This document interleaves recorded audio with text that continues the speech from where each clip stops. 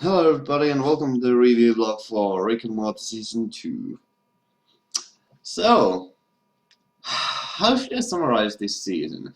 Well, first of all, I'm definitely happy about the season and I do like it, and it's easy to compare the show to the likes of South Park and Family Guy and even the like Simpsons and all, like, all of these hilarious cartoons and like just basically any kind of show that does satire and parody. It's easy to compare it to those. But I must say that the show definitely has defined itself. It has a sense of identity to it, with its high amount of technological babble and actually some kind of interesting scientific experiments and really kind of interesting scientific theories to it. And it certainly is unique in that sense. And there is no character like Rick. So that's just absurd. He's just absurdly good. So this season just really did refine it into a very much tighter format. But there was a strange thing that happened in this season, and that was it stopped being funny at some moments. Like, in some moments it really didn't have jokes anymore, but rather, actually, it had a lot of darker, more emotional character moments, which are actually like really hard to even grin at or even think that they are funny, which I think is actually pretty good since it makes it different at the very least, and it gives the show a sense of progression and character development, which is also reinforced in the season finale. I really like how different this show is from the likes of Simpsons and Family Guy and South Park. It has a sense of continuity, it has a sense of internal universe as well, which is integral to these kinds of shows. However, it also has such a loosely defined sense of universe that they are free to experiment with however they wish, and they take full advantage of that, and they even go beyond what is like reasonable to assume from a cartoon show, such as the very first episode, which I absolutely love still.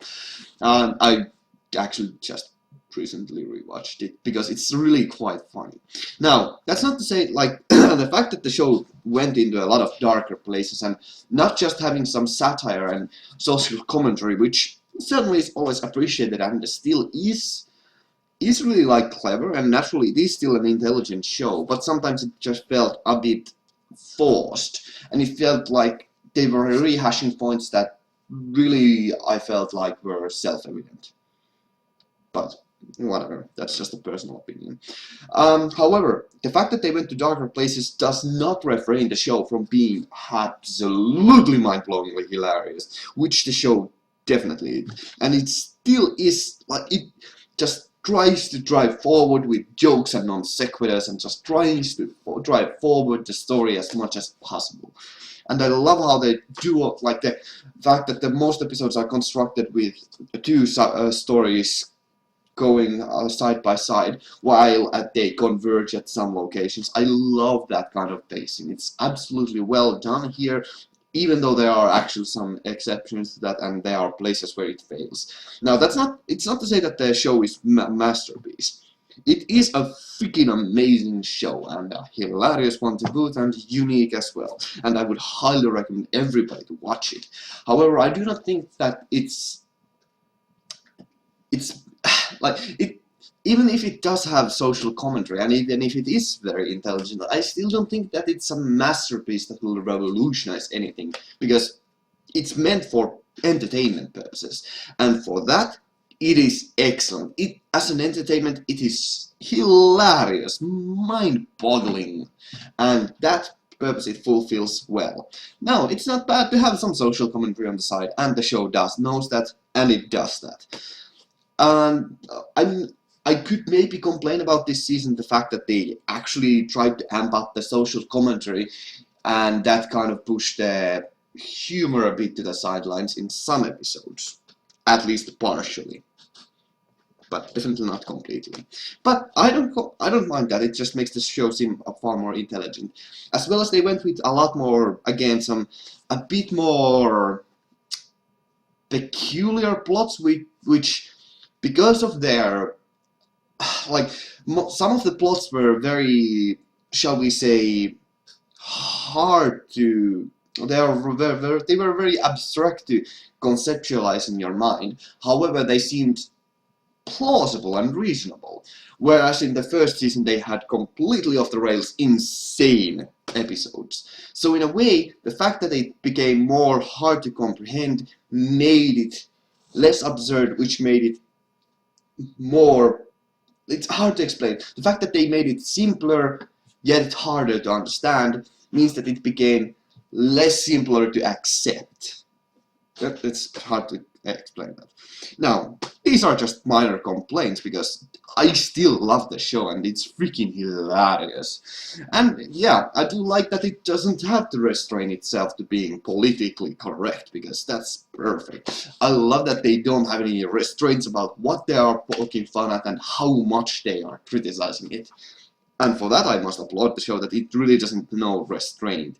And that's pretty good. It's really important to have that kind of thing. As a piece of media, I absolutely adore this show, because it's really, and in my opinion, it's very important for, well, for society just in general, even though majority of the people will still not watch it.